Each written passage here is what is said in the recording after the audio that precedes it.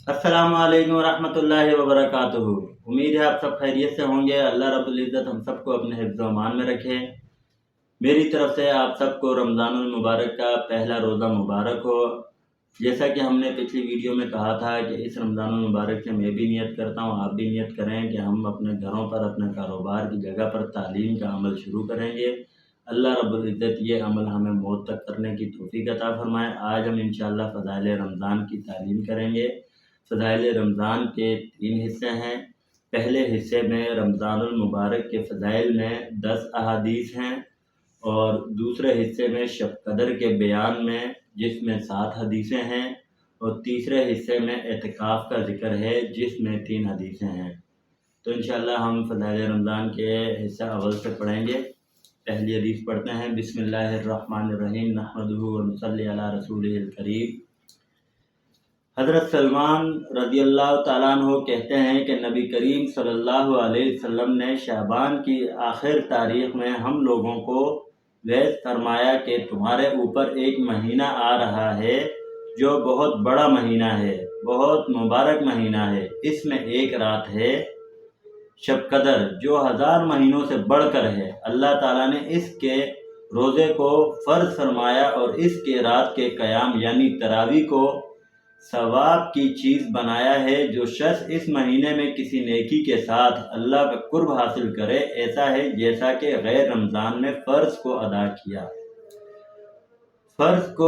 किया और जो शख्स इस महीने में किसी फ़र्ज को अदा करे वो ऐसा है जैसा कि गैर रमज़ान में 70 फ़र्ज अदा करे। ये महीना सब्र का है और सब्र का बदला जन्नत है और ये महीना लोगों के साथ गमख्वारी करने का है। इस महीने में मोमिन का रिस्क बढ़ा दिया जाता है। जो शख्स किसी रोज़ादार का रोज़ा अफ्तार कराए इसके लिए गुनाहों के माफ़ होने और आग से खलासी का सबब होगा और रोज़ादार के सवाब की मानद इसको सवाब होगा, मगर इस रोज़ेदार के सवाब से कुछ कम नहीं किया जाएगा। सहाबा रज़ियल्लाहु अन्हुम अजमईन ने अर्ज़ किया कि या रसूलल्लाह सल्लल्लाहु अलैहि वसल्लम, हम में से हर शख्स तो इतनी वसअत नहीं रखता कि रोज़ेदार को अफ्तार कराए। तो आप सल्लल्लाहु अलैहि वसल्लम ने फरमाया कि पेट भर खिलाने पर मौकूफ़ नहीं, ये सवाब तो अल्लाह जल्ल शानु एक खजूर से कोई अफ्तार करा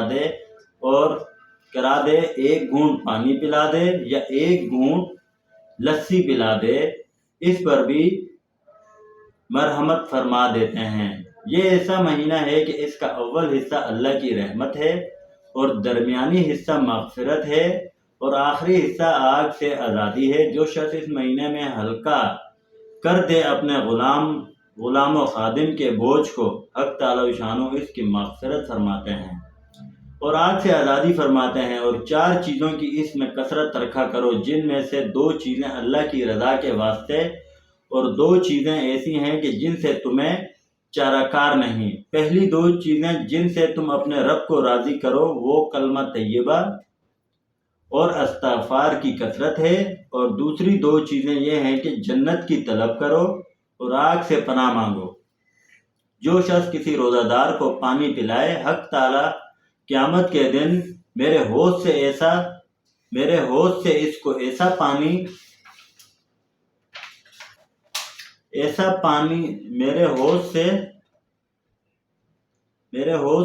ऐसा पानी पिलाएंगे जिसके बाद जन्नत में दाखिल होने तक प्यास नहीं लगेगी। ये हमने पहली हदीस पढ़ी है। अब इसका इंशाअल्लाह फ़ायदा पढ़ेंगे। शेखुल हदीस फ़ायदे में लिखते हैं, मुहद्दिसीन को इसके बाद रवात में कलाम है, लेकिन अव्वल तो फ़ज़ाइल में इस कदर कलाम काबिल तहम्मुल है। दूसरे इसके अक्सर मज़ामीन की दूसरी रवायात मौजूद हैं। इस हदीस से चंद अमूर मालूम होते हैं।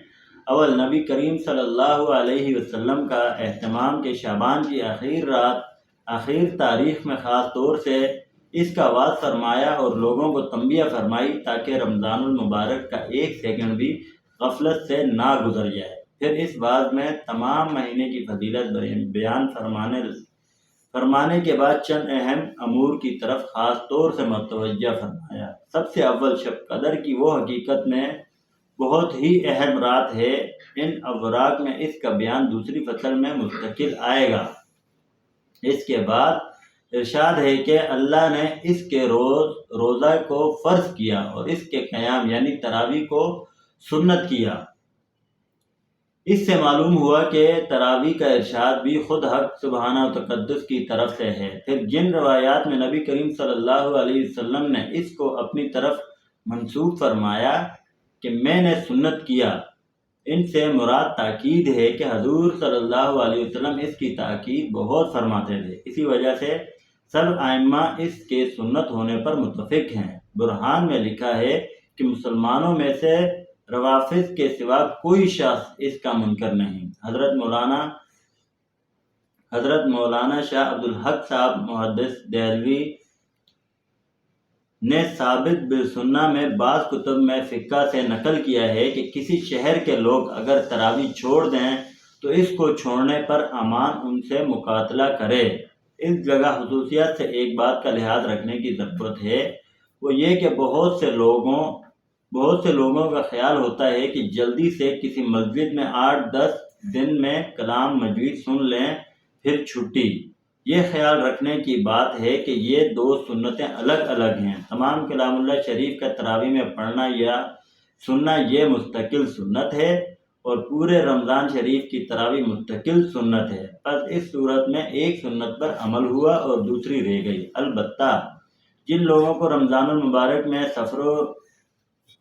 سفر وغیرہ یا کسی اور وجہ سے ایک جگہ تراویح پڑھنی مشکل ہو، ان کے لیے مناسب ہے کہ اول قرآن شریف چند روز میں سن لیں تاکہ قرآن شریف ناقص نہ رہے، پھر جہاں وقت ملا اور موقع ہوا وہاں تراویح پڑھ لی کہ قرآن شریف بھی اس صورت میں ناقص نہیں ہوگا اور اپنا کام کا بھی حرج نہ ہوگا۔ حضور صلی اللہ علیہ وسلم نے روزہ اور تراویح کا ذکر فرمانے کے بعد عام فرض اور نفل عبادات کے اہتمام کی طرف متوجہ فرمایا کہ اس میں ایک نفل کا ثواب دوسرے مہینے کے فرائض کے برابر ہے اور اس کے ایک فرض کا ثواب دوسرے مہینوں کے 70 فرائض کے برابر ہے۔ اسی جگہ ہم لوگوں کو اپنی اپنی عبادات کی طرف بھی ذرا غور کرنے کی ضرورت ہے کہ اس مبارک مہینے میں فرائض کا ہم سے کس قدر اہتمام ہوتا ہے اور نوافل میں کتنا اضافہ ہوتا ہے۔ فرائض میں تو ہمارے اہتمام کی یہ حالت ہے کہ سحر کھانے کے بعد جو سوتے ہیں تو اکثر صبح کی نماز قضا ہو گئی اور کم از کم جماعت تو اکثروں کی فوت ہو ہی جاتی ہے۔ گویا سحر کھانے کا شکریہ ادا کیا کہ اللہ کے سب سے زیادہ محتمل بالنشان فرض کو یا بالکل قضا کر دیا یا کم از کم ناقص کر دیا کہ بغیر جماعت کے نماز پڑھنے کو اہل اصول نے ادا ناقص فرمایا ہے۔ اور حضور اکرم صلی اللہ علیہ وسلم کا تو یہ ایک جگہ ارشاد ہے کہ مسجد کے قریب رہنے والوں کی تو گویا نماز بغیر مسجد کے ہوتی ہی نہیں۔ مظاہر حق میں لکھا ہے کہ جو شخص بغیر عذر کے بدون جماعت نماز پڑھتا ہے اس کے ذمہ فرض تو قاصد ہو جاتا ہے مگر اس کو نماز کا ثواب نہیں ملتا۔ اسی طرح دوسری نماز مغرب کی بھی جماعت اکثر کی افطار کی رہ جاتی ہے اور رکعت اولیٰ یا تکبیر اولیٰ کا تو ذکر ہی کیا ہے، اور بہت سے لوگ تو عشاء کی نماز میں بھی تراویح کے احسان کے بدلے میں وقت سے پہلے ہی پڑھ لیتے ہیں۔ تو یہ رمضان المبارک میں ہماری نماز کا حال ہے جو اہم ترین فرائض میں ہے، ایک فرض کے بدلے میں 3 کو ضائع کیا۔ یہ 3 تو اکثر ہیں اور نہ ظہر کی نماز قیلولہ کی نظر اور عصر کی جماعت افطاری کا سامان خریدنے کی نظر ہوتے ہوئے آنکھوں سے دیکھا گیا ہے۔ اسی طرح اور فرائض پر بھی آپ خود غور فرما لیں کہ کتنا اہتمام رمضان المبارک میں ان کا کیا جاتا ہے، اور جب فرائض کا یہ حال ہے تو نوافل کا کیا پوچھنا۔ اشراق اور چائے تو رمضان المبارک میں سونے کی نظر ہو ہی جاتے ہیں، اور اوابین کا کیسے اہتمام ہو سکتا ہے کہ جب کہ ابھی روزہ کھولا ہے اور آئندہ تراویح کا سحن ہے اور تہجد کا وقت تو ہے ہی، سحر کھانے کا وقت، پھر نوافل کی گنجائش کہاں۔ لیکن یہ سب باتیں بے توجہ اور نہ کرنے کی ہیں۔ تو ہی اگر نہ چاہے تو باتیں ہزار ہیں۔ भाई अल्लाह रब्बुल इज़्ज़त जो पढ़ा जो सुना इस पर हम सबको अमल करने की तौफीक अता फरमाए। आइंदा दूसरी वीडियो में इसका आगे का हिस्सा हम पढ़ेंगे। जब तक अपना ख्याल रखिएगा, हमें दुआओं में याद रखिएगा। अस्सलामु अलैकुम व रहमतुल्लाहि व बरकातुहू।